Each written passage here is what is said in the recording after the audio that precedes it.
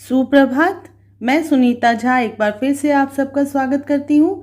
बच्चों, आशा है कि जो मैंने अभी तक 2 भाग बनाया है नया रास्ता उपन्यास का, वो आपको समझ में आ रहा होगा और मैं आज उसका तीसरा भाग बनाने के लिए आप लोगों के समक्ष फिर से उपस्थित हूँ। तो अभी तक हमने 4 अध्याय पढ़े हैं और हम आज 5वां अध्याय शुरू करने वाले हैं। और अभी तक हमने पढ़ा कि एक लड़की है जिसका नाम है मीनू और उसकी शादी बार बार टूट जा रही है, शायद इस वजह से कि वो बहुत सुंदर नहीं है, क्योंकि वो पढ़ने में बहुत तेज है, घरेलू कामकाज में भी दक्ष है और कोई बुरी दिखती भी नहीं है। पर हाँ, उसके आसपास जो लड़कियां हैं, उसकी सहेली या उसकी बहन, उनसे वो थोड़ी कम सुंदर है और बार बार उसे देखने जो आते हैं शादी के लिए, वो उसे नकार के जाते हैं। तो अंत में उससे दुखी होती है और मायूस होकर वो फैसला लेती है कि अब उसे शादी करनी ही नहीं है और आगे पढ़ाई कर अपने पैरों पर खड़ा होना है। माता पिता इस बात को सुनकर थोड़े दुखी होते हैं कि बड़ी बेटी के रहते हुए छोटी बेटी की शादी कैसे होगी, लेकिन फिर भी मीनू अपने बात पर दृढ़ रहती है। तो अब हम आगे देखते हैं कि क्या होता है इस कहानी में। अपने जीवन की परिस्थितियों से विवश होकर मीनू के हृदय में कई बार हीन भावनाएं उत्पन्न हुई। परिस्थितियां यानी हालात से विवश होकर यानी मजबूर होकर मीनू के हृदय में हीन भावनाएं उत्पन्न होती रही। वो अपने आप को कमतर समझने लगी। उसे महसूस ऐसा होने लगा कि उसी में कुछ कमी है। कई बार उसे ऐसा आभास हुआ कि उसका जीवन बिल्कुल व्यर्थ है। एक समय तो ऐसा आया कि उसकी हीन भावनाएं उसे ये एहसास कराने लगी कि उसका जीवन ही बेकार है, उसने जन्म ही व्यर्थ लिया, वो किसी लायक नहीं है। परंतु मीनू जैसी योग्य तथा होनहार युवती के लिए ऐसी भावनाएं उचित नहीं थी। परंतु मीनू जो थी दृढ़ निश्चयी और योग्य लड़की थी, तो उसके लिए इस तरह की भावनाएं बहुत देर तक टिकी रहना संभव ही नहीं था। वो एक जुझारू और मेहनती लड़की थी और वो समझ गई कि उसे उसके जीवन में आगे क्या करना है। वह स्वयं ही दृढ़ता व साहस की मूर्ति थी। साहस की या दृढ़ता की मूर्ति होने का मतलब कि वो बहुत ज्यादा साहसी और दृढ़ निश्चयी लड़की थी। उतार चढ़ाव तो हर इंसान की जिंदगी में आते ही रहते हैं। उसने साहस से काम लिया, उसने विवाह का सपना देखना ही छोड़ दिया। उसके सामने इतनी लंबी जिंदगी पड़ी थी जिसका वह एक क्षण भी व्यर्थ नहीं होने देना चाहती थी। वो समझ गई कि उतार चढ़ाव हर इंसान की जिंदगी में आता है, कभी कोई इंसान पूरी तरह से सुखी नहीं हो सकता। तो अगर उसके जीवन में कुछ बुरे कुछ अच्छे चीजें हैं तो इससे उसे हताश नहीं होना चाहिए। और वो साहस से आगे बढ़ती है और उसने विवाह करने का सपना ही देखना छोड़ दिया। अब उसके लक्ष्य में था कि उसे अपने जीवन का एक भी क्षण व्यर्थ नहीं करना है, उसे आगे बढ़ना है, आगे पढ़ना है, अपने पैरों पे खड़ा होना है। यूं तो बचपन से ही उसकी वकील बनने की इच्छा थी, परंतु उसके माता पिता की इच्छा न थी कि वे उसे हॉस्टल भेजे। आज मीनू के मन में उभरी लगन को देखकर उन्होंने उसे वकालत पढ़ने की आज्ञा दे दी। हालांकि वो बचपन से चाहती थी कि पढ़ लिख कर अपने पैरों पे खड़े हो, वकील बने, परंतु अकेली लड़की को हॉस्टल भेजकर पढ़ाना नहीं चाहते थे उसके माता पिता। लेकिन आज जो परिस्थितियां थी और उसके बाद जो उन्होंने अपनी बेटी को टूटते हुए देखा और उसका एकमात्र उपाय उन्होंने देखा कि उसे पढ़ने दिया जाए और उसकी इच्छा पूरी करने दी जाए, तो उसके मन में जो लगन उभरी थी, जो चाहत उभरी थी करने की, कर गुजरने की, उस लगन को देखकर, उस चाहत को देखकर उन्होंने उसे पढ़ने की आज्ञा दे दी। मीनू ने मेरठ में वकालत में दाखिला ले लिया था। उसके हृदय में लगन थी कुछ बनने की, कुछ कर दिखाने की। अपने पांव पर खड़े होकर वह इतना पैसा कमा लेना चाहती थी कि जिससे वह समाज में सिर ऊंचा करके रह सके। वो इतना तो समझ गई थी कि पैसे के लिए ये सारी दुनिया जो है पैसे के लिए ही जीती है। तो अब उसके मन में, उसके हृदय में ऐसी लगन थी, ऐसी एक जिद बन गई थी कि उसे कुछ कर दिखाना है, इस समाज में अपनी एक पहचान बनाना है। वो जानती थी कि उसे अपने पैरों पे खड़े होना और इतना पैसा कमा लेना है कि समाज में कोई उसे नीचा ना दिखा सके। इस समाज में चारों ओर पैसे की ही तो इज्जत है, हर जगह पैसे का ही बोलबाला है। बस पैसा पैसा पैसा, हर व्यक्ति इसी होड़ में जुटा है। होड़ मतलब इसी भागम भाग में, इसी प्रतियोगिता में जुटा हुआ है कि कैसे कितना ज्यादा पैसा कमा ले, ताकि जितनी भी भौतिक सुख सुविधाएं हैं हम पा सके, हमारा बैंक बैलेंस बहुत ज्यादा हो। और मीनू की शादी भी तो इसीलिए टूटी थी, साथ ही उसके पूरे परिवार का दिल टूटा। तो इसीलिए वो चाहती थी कि बहुत ज्यादा पैसा वो कमा ले और समाज में अपना एक मुकाम बना ले। मीनू पहली बार अपने माता पिता से अलग हो रही थी। अभी तक हमेशा साथ रहकर ही पढ़ी थी। 15 दिन ही तो रह गए थे उसके जाने में। अब जब उसने फैसला कर लिया तो जाना तो होगा ही, और बस 15 दिन बचे थे उसे मेरठ जाने में। कैसे रहेगी वो हॉस्टल में? कल्पना मात्र से ही वह सिहर उठती थी। कल्पना मात्र से सिहर उठती थी, अर्थात कि जैसे वो सोचती थी कि उसे अकेले रहना पड़ेगा, अपने परिवार के बगैर रहना पड़ेगा, तो वो ये सोच कर, ये कल्पना करके ही, इमेजिन करके ही सिहर उठती थी, यानी कि डर जाती थी। परंतु यह सोचकर उसका रोम रोम पुलकित हो उठता था कि वह भी एक वकील बनेगी। पुलकित का मतलब बहुत खुश हो जाना, और रोम रोम से मतलब उसके शरीर का हर एक रोआ इस बात से प्रसन्न था कि वो एक दिन वकील बनेगी और अपने पैरों पे खड़ी होगी। मीनू ने अपने लिए नए नए कपड़े बनवाए। पहली बार हॉस्टल जाने का चाव था, चाव मतलब शौक था। माँ ने उसके लिए विभिन्न प्रकार के व्यंजन बनाए, एक एक दिन करके उसकी पसंद की सारी चीजें बना बना कर उसे खिलाई। माँ सोच रही थी कि बेटी अब हॉस्टल चली जाएगी तो उसे ये सब बनाकर कौन खिलाएगा। एक माँ का प्यार था जो उस बेटी के प्रति और भी ज्यादा बढ़कर आ रहा था, जो उनसे कुछ ही दिनों बाद दूर जाने वाली थी। तो तरह तरह की चीजें बनाकर उसे खिलाती थी कि अब बहुत दिन के बाद ही उससे मिलना होगा और ये सब खिला पाएगी। माँ को लग रहा था कि बेटी न जाने कितने समय बाद फिर घर आएगी। पिताजी भी जब ऑफिस से आते तो उसके लिए खाने के लिए कुछ न कुछ अवश्य लाते। जैसे एक तरफ मीनू डर रही थी कि अकेले कैसे रहेगी, वैसे ही माता पिता भी इस बात को लेकर चिंतित थे कि मीनू उनसे दूर जा रही है, वो मीनू को फिर दोबारा कितने दिन बाद देख पाएंगे।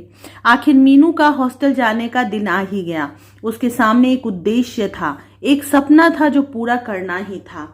उसका उद्देश्य था, उसका एक लक्ष्य था और उस जगह तक उसे पहुंचना ही था। घर छोड़ते समय मीनू की आंखों में आंसू छलछला पड़े, मतलब उसकी आंखों में आंसू आ गए। कितना अजीब लग रहा था उसे घर छोड़ना। अपनी माँ व भाई बहन से पहली बार अलग हो रही थी। वह का मतलब होता है और, तो उसको जाने की खुशी भी हो रही थी, साथ ही साथ कुछ अजीब सा महसूस भी हो रहा था। पहली बार अपने परिवार से दूर जाने का दर्द भी था। माँ ने उसे सीने से लगाकर आशीर्वाद दिया, बेटी एक दैदीप्यमान नक्षत्र बनकर तुम जग को प्रकाशमान कर दो। दैदीप्यमान का मतलब है एकदम जगमगाता हुआ, रोशनी से भरा हुआ नक्षत्र अर्थात तारा बनकर तुम इस जग को, इस पूरे संसार को प्रकाश से भर दो। अपनी रोशनी से इस जग में प्रकाश फैला दो। जीवन की सारी खुशियां तुम्हारे पास हो, तुम अपने उद्देश्य प्राप्ति में सफल हो, यही ईश्वर से मेरी प्रार्थना है। और माँ उसे ढेर सारी शुभकामनाएं और आशीर्वाद के साथ विदा करती हैं। अपने माता पिता का आशीर्वाद और छोटे भाई बहन का प्यार साथ लिए मीनू ऐसी डगर पर चली जा रही थी जहां उसे यह नहीं ज्ञात था कि कितने परिश्रम के बाद उसे सफलता मिल सकेगी। डगर का मतलब होता है रास्ता। तो वो जिस रास्ते पर निकली थी, अपने आप को एक ऐसे मुकाम पर पहुंचाना जहां समाज एक प्रतिष्ठित, जहां समाज उसे इज्जत भरी नजर से देख सके, उस जगह पर पहुंचने के लिए उसे कितना मेहनत करना पड़ेगा उसे नहीं पता था। परंतु अपने जीवन का एक उद्देश्य बनाकर उसकी पूर्ति के लिए वह अपने कदम बढ़ाए जा रही थी, ये न जानते हुए भी कि उसे कितनी मेहनत करनी पड़ेगी, कितना संघर्ष करना पड़ेगा। वो फिर भी अपने उद्देश्य को, अपने लक्ष्य को पूरा करने के लिए आगे बढ़ने को तैयार थी। हॉस्टल पहुंचने पर शुरू में मीनू का बिल्कुल भी दिल नहीं लगा। कुछ नया व अजीब सा प्रतीत हुआ। शुरू में वहां उसकी अधिक सहेलियां भी नहीं बन पाई थी। वह अपना अधिकतर समय अपने पुस्तकों के साथ ही लगाती, जो कि बिल्कुल नेचुरल है। किताब हाथ में लिए लिए वह अतीत की स्मृतियों में खो गई और उसके हाथ में किताब था और पुरानी बातों को वो सोचने लगी। जब वह छोटी थी तो एक दिन उसके पिताजी ने उससे पूछा था, बेटी तुम बड़ी होकर पढ़ लिख कर क्या बनोगी?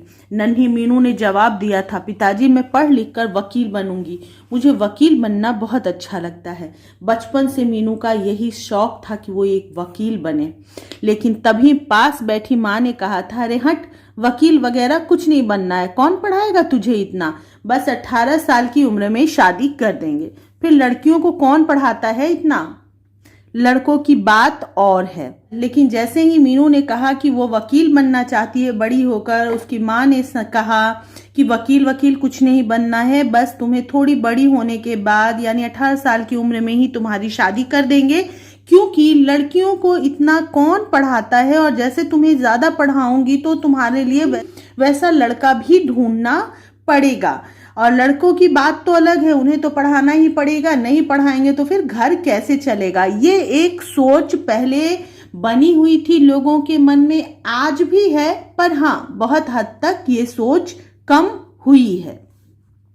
माँ की यह बात सुनकर मीनू के दिल को ठेस पहुंची थी। बचपन में ही उसे ये महसूस हो गया था कि वो एक लड़की है और उसे इतने बड़े ख्वाब नहीं देखने चाहिए। वह बचपन से ही पढ़ाई में बहुत तेज थी, अपनी कक्षा में हमेशा प्रथम आती थी। बचपन से ही उसका सपना था अपने पांव पर खड़े होने का, कुछ बनकर दिखाने का। इसलिए माँ ने जब ये बात कही कि तुम्हें ये सब नहीं करना, तुम्हें वकील वगैरह कुछ नहीं बनना, तो उसके दिल को ठेस पहुंची, चोट पहुंची थी। अभी मीनू अतीत की स्मृतियों में खोई थी कि इतने में उसकी सहेली माया ने आकर कहा, मीनू मीनू देखो तुम्हारे पिताजी आए हैं, गेस्ट रूम में बैठे हैं। पिताजी का नाम सुनकर मीनू एकदम बिस्तर पर किताब रखकर उछलकर भागी। 2 दिन बाद ही पिताजी मिलने के लिए आ गए थे, परंतु फिर भी उसे ऐसा लगा मानो उनसे बिछड़े हुए बहुत लंबा समय हो गया हो। मीनू से मिलने उसके पिता आए थे। अभी उसे आए हुए 2 ही दिन हुआ था मेरठ, और पिता मिलने भी आ गए थे। लेकिन इन 2 दिनों की दूरी की वजह से ही या इस एहसास से ही कि उसे अभी अपने पिता से, अपने माता से अलग रहना है, उसे ऐसा लग रहा था जैसे कि वो अपने परिवार से बरसों से बिछड़ी हुई हो। पिताजी को देखकर मीनू खुशी से फूली नहीं समाई। खुशी से फूला ना समाना यानी बहुत खुश हो जाना, ये एक मुहावरा है। माँ ने उसके लिए काफी सारा सामान बनाकर भेजा था। लगभग 1 घंटा रुककर पिताजी वापस चले गए, परंतु मीनू को घर के स्नेह जाल की स्मृति फिर ताजा करा गए। पिताजी आए और मिलकर चले भी गए, लेकिन उनके आने की वजह से एक बार घर का मोह जो था, घर का प्रेम जो था, उस जाल की, उस बंधन की एक बार फिर से उसे स्मृति यानी याद हो आई। अब छठे अध्याय में, ये छठा अध्याय माया राम जी के घर से शुरू होती है। माया राम जी के घर में चर्चा का विषय था धनीमल जी व उनकी बेटी सरिता। अमित की माँ के मुंह से तो हमेशा धनीमल जी की ही प्रशंसा सुनाई देती, परंतु अमित को इन सब बातों में कोई रुचि नहीं थी।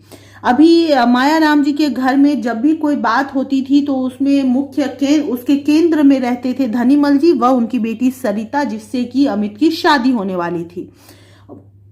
अमित की माँ हमेशा धनीमल जी की प्रशंसा करती थी, क्योंकि उनके नजरों में वो पैसे वाले थे और पैसे देकर वो बहुत बड़ा काम करने वाले थे। तो उस पैसे के मोह ने उनकी आंखों पर पर्दा डाल दिया था। परंतु अमित को इस सब में कोई रुचि नहीं थी, कोई इंटरेस्ट नहीं था। अमित धनी घर की लड़की से शादी करके स्वयं को बेचना नहीं चाहता था। वो नहीं चाहता था कि बिल्कुल उनके इशारों पे उसे नाचना पड़े, सिर्फ इसलिए कि उन्होंने बहुत पैसे दिए हैं। आखिर उसका भी तो कोई स्वाभिमान है। स्वाभिमान यानी सेल्फ रिस्पेक्ट, स्व जोड़ अभिमान। स्व का मतलब अपना और अभिमान यानी गर्व। तो उनका अपना भी कुछ रिस्पेक्ट था, स्वाभिमान था। अभी हाल ही में उसने एक फैक्ट्री लगाई थी। ईश्वर की कृपा से पैसे की भी कमी नहीं, फिर सब पैसे वाले घर की लड़की क्यों लेना चाहते हैं? अमित समझ नहीं पा रहा था कि उनके घर में किसी चीज की कमी नहीं है, पैसे भी भरपूर हैं, परिवार भी छोटा है, सब कुछ है, फिर सब पैसे वाली लड़की के पीछे क्यों भाग रहे हैं? मीनू का भोला भाला सांवला सनोना चेहरा पहली नजर में ही अमित का दिल मोह गया था। मीनू का चेहरा अमित को बहुत पसंद आया था, इसलिए वो चाहता था कि वो मीनू से ही शादी करे, लेकिन पता नहीं क्यों घर वाले पैसों के पीछे भाग रहे थे। कितना बुरा लगा था उसे जब मीनू के लिए मना किया गया था, पर उसके अंदर इतनी हिम्मत कहाँ कि अपने माँ और पिताजी के सामने बोल सके। अमित को बहुत बुरा लगा था कि मीनू को मना कर दिया गया, उसके परिवार वालों का दिल तोड़ा गया, लेकिन वो अपने माता पिता के सामने बोल पाने की हिम्मत नहीं कर सका। एक दिन उसने माँ के सामने कहने का साहस किया, माँ तुम सरिता से ही मेरी शादी क्यों कराना चाहती हो? क्या तुमने उसे देखा है जो तुम इतनी उतावली हो उसे घर में लाने के लिए? अमित अपनी माँ को समझाने का एक और मौका ढूंढता है और एक बार फिर से कोशिश करता है कि उन्हें समझा सके, और वो कहता है कि तुमने उसे देखा तो नहीं है, फिर तुम्हें कैसे पता कि सरिता बहुत अच्छी है और तुम इतनी उतावली, इतनी बेचैन हो रही हो उसे अपने घर में बहू बनाकर लाने के लिए? नहीं, मैंने उसे देखा नहीं है, परंतु उसका फोटो तो अच्छा है, क्या बुरी है देखने में? माँ ने जवाब दिया। माँ, मीनू में भी क्या कमी है देखने में? ठीक ही है, वो पढ़ी लिखी है, अच्छे खानदान की है, और सबसे बड़ी बात तो यह कि सारे काम करने में चतुर है। माँ, मुझे पूरा विश्वास है कि मीनू एक कुशल गृहिणी के रूप में घर को संभाल सकेगी। अमित अभी भी मीनू के बारे में ही सोच रहा था और अपनी माँ को समझा रहा था कि मीनू के क्या क्या गुण हैं, और उसे पक्का यकीन था कि मीनू एक कुशल गृहिणी, एक अच्छी पत्नी बनकर घर को संभाल पाएगी। अरे अमित, लगता है मीनू ने तुम्हें पूरी तरह से आकर्षित कर लिया है। पता नहीं सरिता में क्या कमी दिखाई दे रही है तुझे। और माँ अमित को फिर से एक बार ताना देती है कि लगता है कि मीनू ने तुम्हें अट्रैक्ट कर लिया है और इसलिए तुम उसकी तारीफ कर रहे हो। पता नहीं सरिता में तुम्हें ऐसी कौन सी कमी नजर आ रही है कि तुम उससे शादी नहीं करना चाहते। माँ, बात सरिता के अंदर कमी की नहीं है, पर माँ, जब आपने मीनू को देखने के बाद मना किया तब उन सबके दिल पर क्या बीती होगी। अमित कुछ उदास सा हो गया। अमित मीनू और उसके परिवार के बारे में सोचकर, इनकार के बाद जो उनकी परिस्थिति हुई होगी या उनके दिल को चोट पहुंची होगी, उन सबको सोचकर अमित थोड़ा सा उदास हो जाता है। बस इतनी सी बात सोच रहा है? अमित, तुम हमारे एकमात्र पुत्र हो, एक ही बहू घर में आनी है, 2-4 जगह से पसंद करके ही तो ली जाएगी। अब माँ एक और तर्क देती है कि तुम हमारे इकलौते पुत्र हो, एक ही बहू घर में आएगी, तो क्या हमें हक नहीं कि 2-4 जगह पहले पसंद करे, फिर एक बहू चुने उसमें से? और फिर शादी गुड्डे गुड़िया का खेल तो नहीं है जो जब चाहे शादी कर ले और जब चाहे छोड़ दे। जिंदगी में एक बार ही होता है विवाह, माँ ने गर्दन हिलाते हुए कहा। और एक बार फिर से माँ ने उसे समझाया कि ये कोई गुड्डे गुड़िया का खेल नहीं, ये कोई मजाक नहीं है कि जब चाहे तब शादी कर ले, एक ही बार होता है, इसीलिए सोच विचार कर चुन कर की जाती है। मैं भी तो यही कह रहा हूँ माँ कि शादी जिंदगी में एक बार ही होती है। इतने बड़े घर की लड़की आकर तुम्हें आराम दे सकेगी? क्या तुम्हारे कार्यों में मदद कर सकेगी? अमित को डर है कि सरिता, जो कि बहुत बड़े घर से आ रही है, उसे घर गृहस्थी का कुछ भी पता नहीं है, बहुत ऐशो आराम में पली है, तो वो अपनी माँ से समझा रहा है कि क्या वो तुम्हें आराम दे पाएगी, वो घर को संभाल पाएगी? यदि बहू काम नहीं करेगी तो क्या हुआ, नौकर रख लेंगे। क्या जरूरत है कि बहू घर में आकर काम करे? और फिर सरिता बड़े घर की लड़की है, उसे काम करना कहाँ आता होगा, घर में नौकर ही काम करते होंगे। माँ को अभी ये बात भी नहीं खटक रही कि हाँ वो घर नहीं संभाल पाएगी। वो कहती है कि ठीक है, नहीं काम कर पाएगी, कोई बात नहीं, हम नौकर रख लेंगे। तुम सब समझती हो, जानती हो माँ, देखती नहीं मौसी की हालत। बड़ी मौसी ने अपने इकलौते बेटे के लिए बहुत बड़े खानदान की सुंदर सी लड़की ली। देख लिया उस सुंदर सलोनी बहू ने क्या हालत बना रखी है मौसी जी की। अमित ने माँ को समझाते हुए कहा। अमित ने एक बार फिर से चांस लिया और उन्हें एग्जाम्पल के तौर पर माँ की अपनी ही बहन यानी कि अपनी मौसी के बारे में बताया कि तुमने तो देखा है कि मौसी की बहू जो कि बहुत बड़े घर से आई है, तो उन्होंने मौसी की का क्या हालत कर रखा है। कहीं ऐसा ना हो कि सरिता की वजह से भी तुम्हारा वैसा ही हो। हाँ वो तो है, माँ ने कुछ सोचते हुए उत्तर दिया। मौसी जी ही घर का सारा काम करती रहती हैं। यदि किसी काम के लिए अपनी लाडली बहू से कहती भी हैं तो वह यही उत्तर देती है, माँ जी मुझे नहीं आता यह काम, मैंने तो अपने घर में कभी किया ही नहीं, हमारे घर में तो कई कई नौकर रहते हैं, इसलिए हमें काम करने की आदत नहीं है। घर के काम से कोई मतलब नहीं रहता उनकी प्यारी बहू को। वैसे तो क्लब जाने में उसे कोई परेशानी नहीं होती। अमित अपनी माँ को यह एहसास दिला रहा है, बता रहा है कि उनकी बड़ी बहन की बहू जो बहुत बड़े घर से आई है वो अपनी सास का बिल्कुल कदर नहीं करती और उनके होने के बावजूद बुढ़ापे में भी माँ को सब कुछ संभालना पड़ता है। और अगर कुछ करने के लिए कहा जाता है तो वो कहती है कि मैं तो बहुत बड़े घर से आई हूँ, मेरे घर में तो सारे काम नौकर किया करते थे तो मुझे नहीं आता। लेकिन क्लब जाने में उन्हें कोई परेशानी नहीं होती, खुशी खुशी जाती हैं।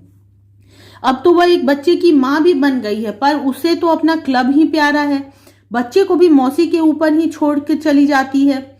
वो कहते हैं कि एक बच्चे की माँ भी है, लेकिन वो अपने बच्चे की भी जिम्मेदारी नहीं उठाती, उसे भी मौसी के पास छोड़कर क्लब चली जाती है। माँ, एक दिन मैं मौसी जी के घर गया था। मौसी जी को तो तेज बुखार था, परंतु उस बुखार में ही वे घर का सारा काम कर रही थी और साथ ही उस छोटे बच्चे को भी संभाल रखा था। मुझे तो बहुत अधिक दया आ रही थी मौसी जी पर। अमित ने अपने विचार माँ के सामने प्रकट किए।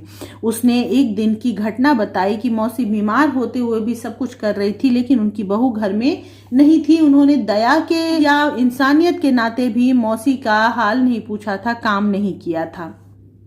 अमित की बातें सुनकर माँ को यह आभास सा होने लगा कि न जाने बड़े घर की लड़की उनके घर में आकर एक अच्छी बहू के रूप में रह सकेगी या नहीं। माँ एक बार सोचने को मजबूर हो गई। अभी उन दोनों की बातों का सिलसिला चल ही रहा था कि इतने में बाहर एक कार आकर रुकी। धनीमल जी ने उस कार से उतरकर घर के अंदर प्रवेश किया। उनके पीछे पीछे उनका ड्राइवर फल की पेटी लिए आ रहा था और अभी माँ को वो समझा ही रहा था अमित, तभी धनीमल जी फिर से उसके घर आ जाते हैं और इस बार वो एक फल की पेटी के साथ आते हैं। घर में अमित के पिताजी नहीं थे, इसलिए अमित ने ही उनकी कुशल क्षेम पूछकर उन्हें सम्मान के साथ बिठाया। कुशल क्षेम का मतलब होता है उनके हाल चाल पूछना। जो कोई आता है या किसी से मिलते हैं तो जो हम हाल चाल पूछते हैं उसी को कहते हैं। पिताजी की अनुपस्थिति में उसका ही कर्तव्य था कि वह घर आए मेहमान का स्वागत करे। पिताजी सबसे बड़े थे, ये उनकी ड्यूटी थी कि वो धनीमल जी का सम्मान करे, स्वागत करे। लेकिन अगर वो नहीं थे तो अमित का ही कर्तव्य था कि वो घर आए मेहमान का स्वागत करे।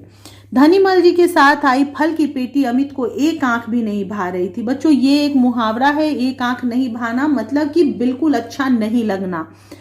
तो वो फल की पेटी अमित को बिल्कुल अच्छी नहीं लग रही थी। वह समझता था कि वह अपने पैसे का जादू डालकर सबको मोह लेना चाहते हैं। और वो क्यों उसे अच्छी नहीं लग रही थी? क्योंकि उसे लग रहा था, वो जान रहा था कि वो अपने पैसे का दिखावा कर दिखा रहे हैं कि उनके पास कितना पैसा है, कितना खर्च कर सकते हैं।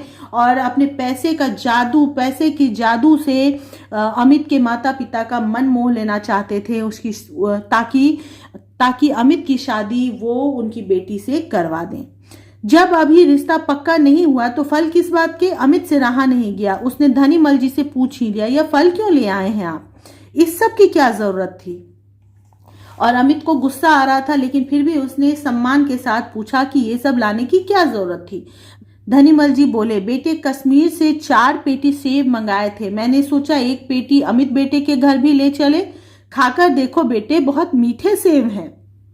धनीमल जी अपने शब्दों में बहुत ज्यादा प्रेम का दिखावा और चापलूसी की चाशनी लपेटते हुए कहते हैं कि हमने जो 4 पेटी मंगवाई थी उसमें से एक तुम्हारे लिए ले आए ताकि अमित बेटा भी खाकर देखे। उनकी यह बात सुनकर अमित को क्रोध सा आ गया। इससे पहले कि वह कुछ जवाब देता, पिताजी ने कमरे में प्रवेश किया। पिताजी के आते ही अमित उठकर बाहर चला गया और माँ के पास आकर बैठ गया। माँ ने उसका उदास चेहरा देखकर पूछा, बेटे क्या बात है, इतने उदास क्यों हो गए हो? माँ, अभी कोई बात नहीं हुई है, रिश्ता तय नहीं हुआ है और धनीमल जी फल की पेटी लेकर आ गए हैं। कहते हैं कश्मीर के मीठे सेब हैं, जैसे कभी हमने मीठे सेब खाए ही नहीं। अमित गुस्से में बोलता रहा। अमित को गुस्सा आ रहा था धनीमल जी जो दिखावा कर रहे थे अपने पैसे का, उस बात से। वो अपनी माँ को कहता है कि धनीमल जी अभी बेमतलब के सेब की पेटी लेकर क्यों आए हैं? क्या हमने कभी मीठे सेब खाए नहीं है, हमने देखे नहीं है? तो ये दिखावा करने की जरूरत क्या है? तो माँ उसे समझाते हुए कहती हैं, इसमें इतना गुस्सा होने की क्या बात है? जब संबंध जुड़ जाता है तब खाली हाथ नहीं जाते हैं, ऐसा ही उन्होंने किया है, इतना गुस्सा करने से क्या फायदा है? और माँ उल्टा अमित को ही समझाने लगती हैं कि अब संबंध जुड़ गया है, इसलिए वो खाली हाथ नहीं आ पाए तुमसे मिलने के लिए। और सेब लेकर आ गए। इसमें गुस्सा करने की कोई बात नहीं है, ये दुनियादारी है। अच्छा माँ, तो तुम भी उनके ही पक्ष में बोल रही हो? ठीक है, तो तुम सबने सरिता को इस घर में लाने की ही ठान रखी है। गुस्से में बड़बड़ाता हुआ अमित सामने रखा समाचार पत्र देखने लगा। अमित उन्हें मना नहीं कर पा रहा था, लेकिन क्रोध उसे आ रहा था बार बार, और कहता है कि अगर तुम भी चाहती ही हो कि सरिता ही इस घर में आए, तुमने ये ठान ही लिया है, निश्चय ही कर लिया है, तो फिर मैं और क्या कर सकता हूँ। और वो समाचार पत्र पढ़ने लगता है, खुद को उस बात से तटस्थ, उदासीन या विरक्त दिखाने के लिए। धनीमल जी उस समय सरिता को दिखाने के लिए तिथि निश्चित करने आए थे। और धनीमल जी उस समय क्यों आए थे? ताकि अमित का परिवार धनीमल जी के घर जाए और सरिता को देखे, पसंद करे, जिस प्रकार से वो पहले मीनू को देखने गए थे। तो उसी तिथि को, उसी डेट को तय करने के लिए धनीमल जी वहां आए थे। तो बच्चों, आज के लिए इतना ही रहने देते हैं। इसके आगे हम लोग अगली वीडियो में पढ़ेंगे। तो उम्मीद है कि आपको पाठ समझ में आ रहा होगा। अगर समझ में आ रहा है पाठ और मेरे पढ़ाने का तरीका आपको पसंद आता है, वीडियो अच्छी लगती है, तो प्लीज़ इसे सब्सक्राइब करें, लाइक करें और शेयर करें अपने दोस्तों तक। मेरे वीडियो को पहुंचाएं ताकि उनकी भी सहायता हो सके। बस इसी बात के साथ मैं इस वीडियो को ख़त्म कर रही हूं और जल्दी ही मिलते हैं अगली वीडियो में अगले अध्याय के साथ। तब तक के लिए बाय बाय, टेक केयर।